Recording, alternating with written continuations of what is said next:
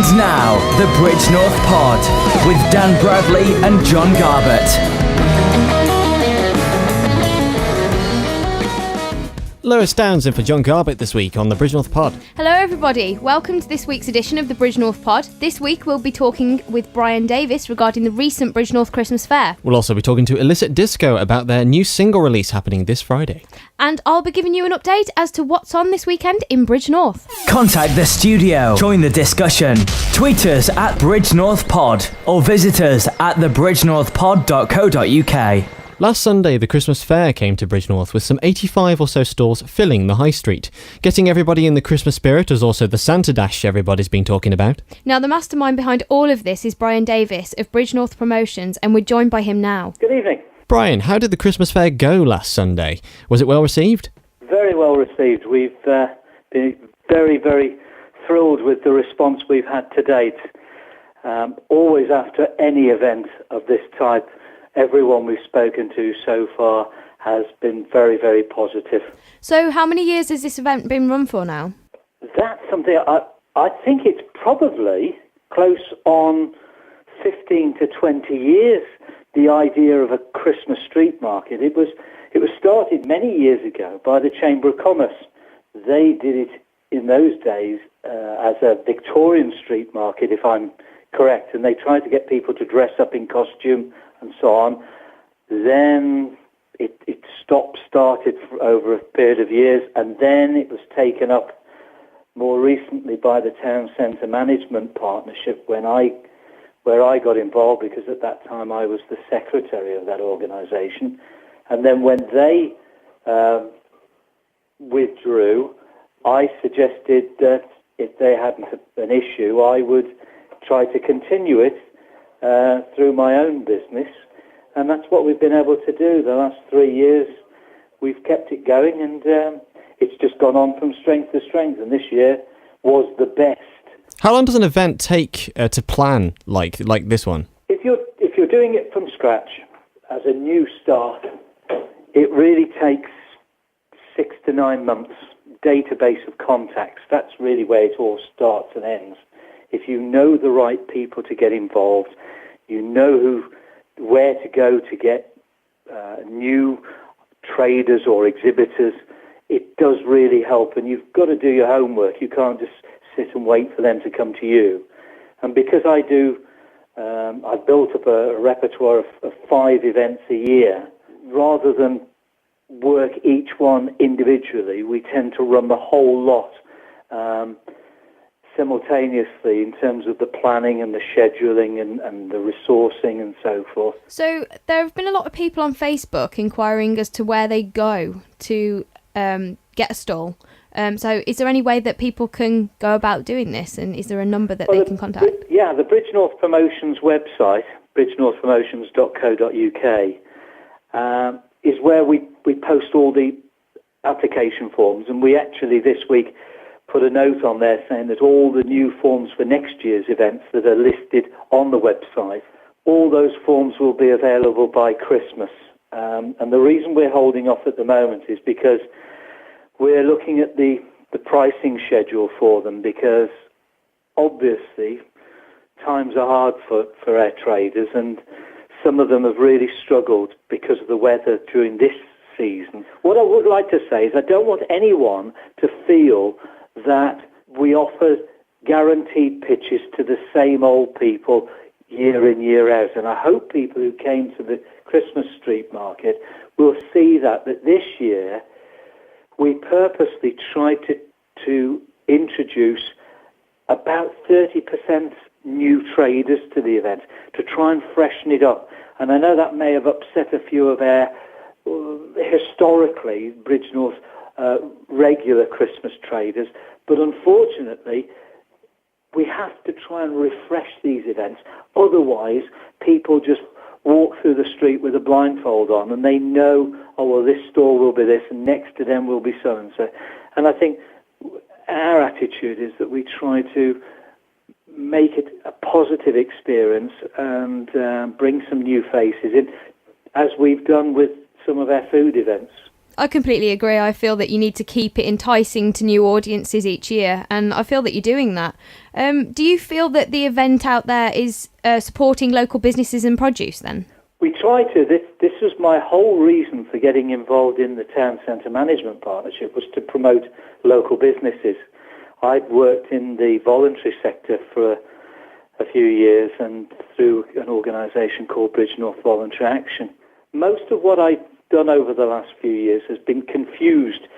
Some people believe it's just on a commercial basis, and I'd really like to see how, having taken the gamble of taking on these events to keep them going, if anybody thinks it's a great money-making exercise, it's probably easier if I was a trader than the organiser, because behind the scenes, the amount of work we have to do to try and make these events be successful with a very small team. Now, Brian, there's a lot of talk on Facebook, discussions at the moment, that there's a lot of pubs calling for more of these events because they bring a lot of trade into the town. I've had a couple of the pubs said to me, if we could have one of these every Sunday, it would be brilliant.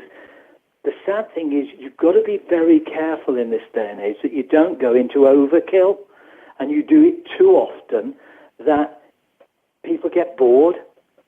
And this is always the fear with any marketing policy, that you try and control it and you always keep people interested. You always want to keep people waiting, or what's the next one going to be? I think another problem that people have in this town as well is that they feel that local produce is also a lot more expensive than, say, Which your is supermarket. Crazy, because that isn't the case. Yeah, exactly. They also think that restaurants are very expensive places to go to.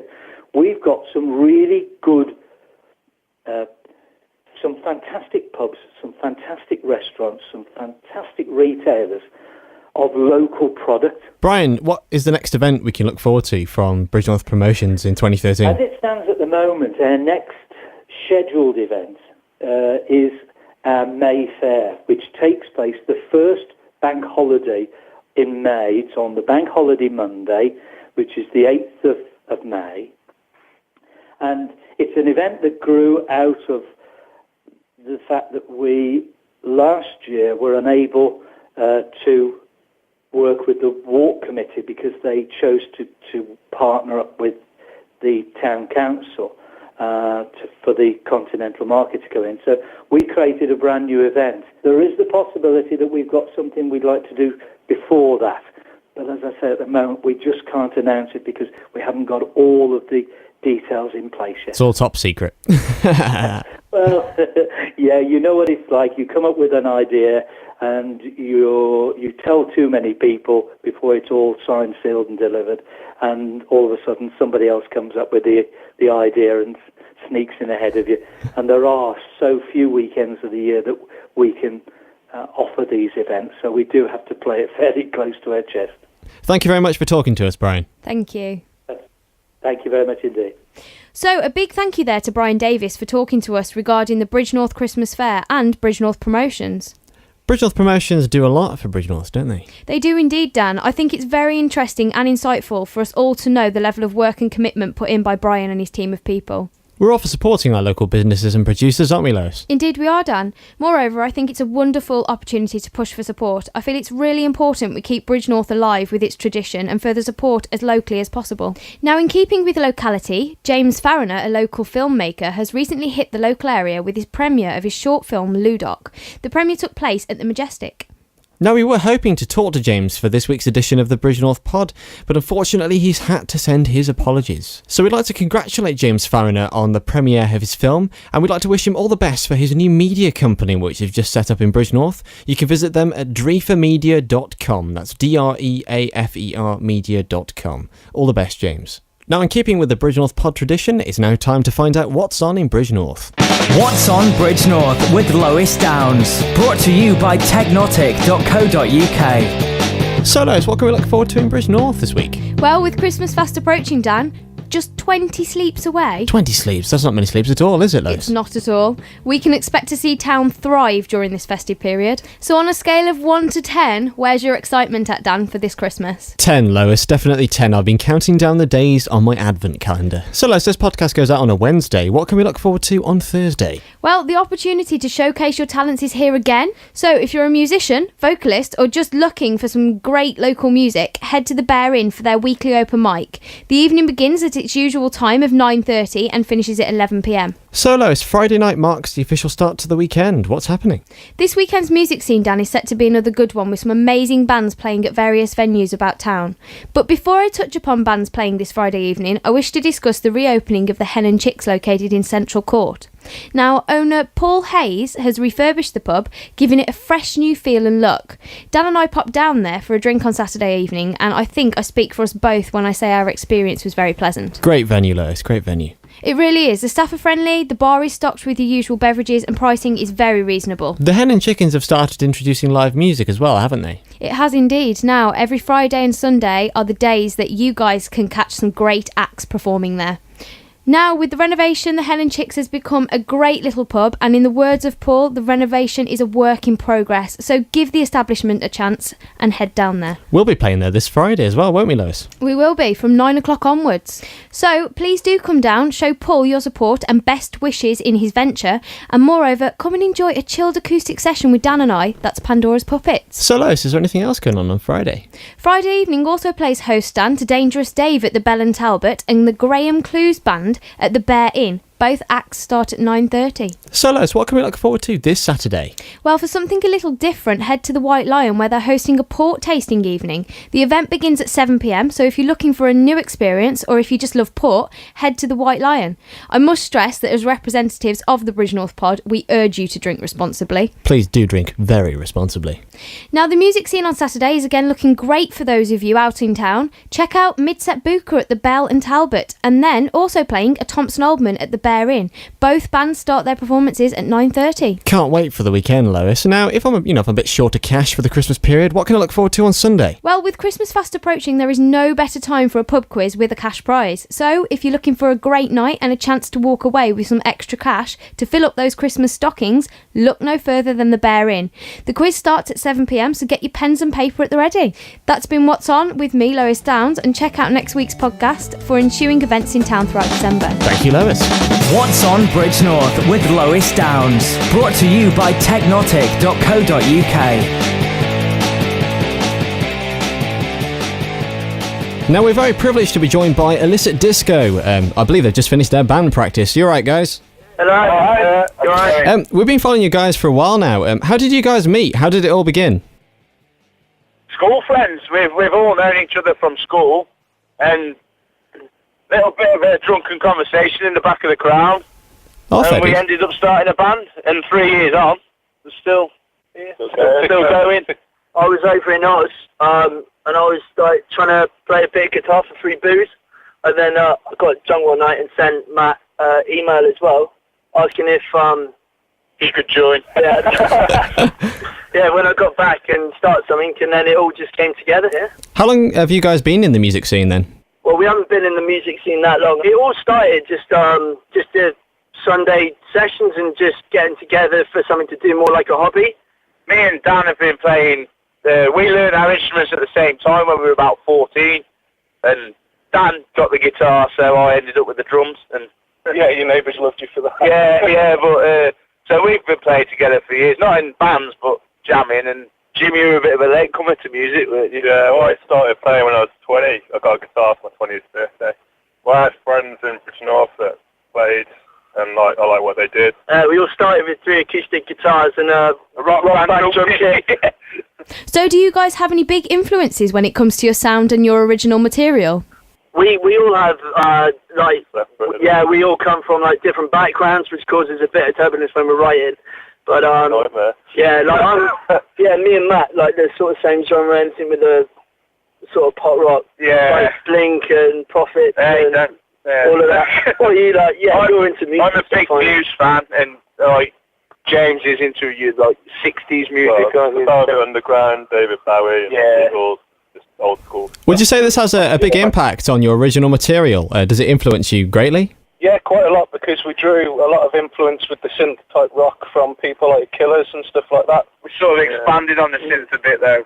Yeah, we started off mainly guitar, didn't we? Yeah, like when we play live now, it's like, well, you saw it the other day, like a spaceship, we've got that much equipment. Takes you guys a while to set up then? Yeah, I mean, we're getting close to the sound that we actually want now. To push forward. Yeah, definitely. More in the way it's time, but I think we've got more gear than people now, so we're improvising on that and developing it, and it's working well. Yeah. So do you guys get nervous before gigs? Hell yeah. Yeah, a couple of drinks settles it normally, but it's you don't want to go too far. I didn't have a chance to get nervous on the last gig because we just had a baby, so I'm too tired to feel anything at the moment. Fair enough.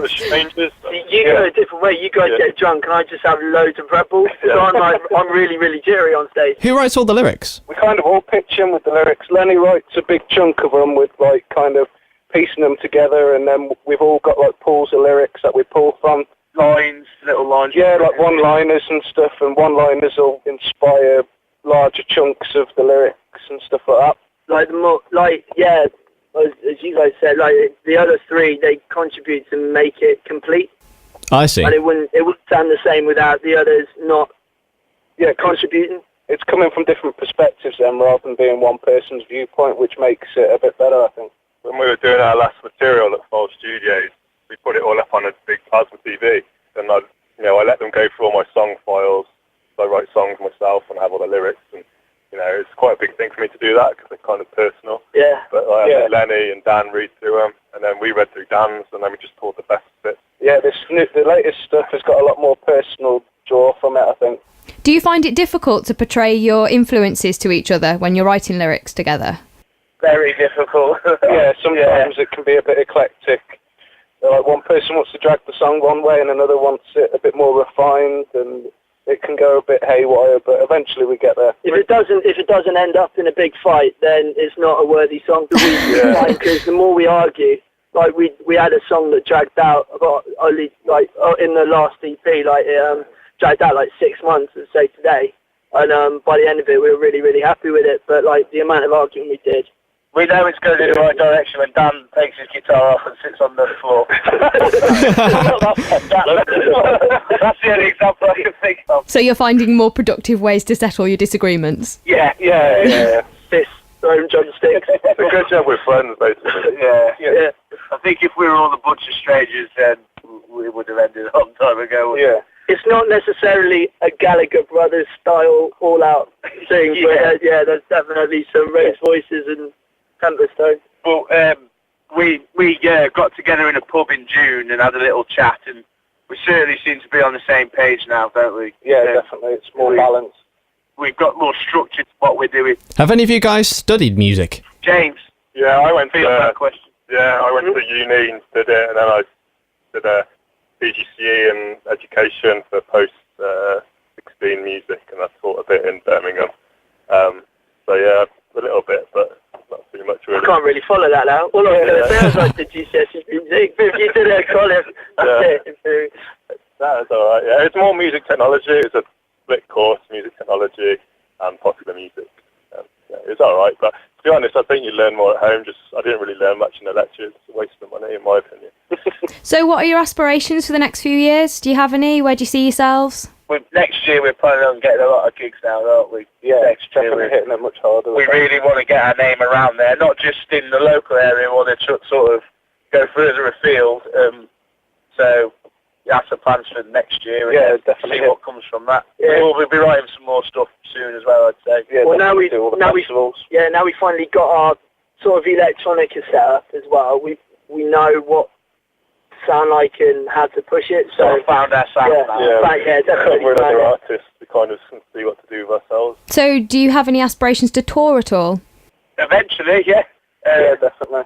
Obviously, like Matt's just had a baby, and all, like we're juggling full-time jobs as well. So it's not the easiest thing to have a pretty much full-time band as well. But like whenever we can, you live and you breathe it, and We're just trying to create our own look, really, aren't we? And find some time available, and then because I went to uni down south, so I really want to try and do a tour down south.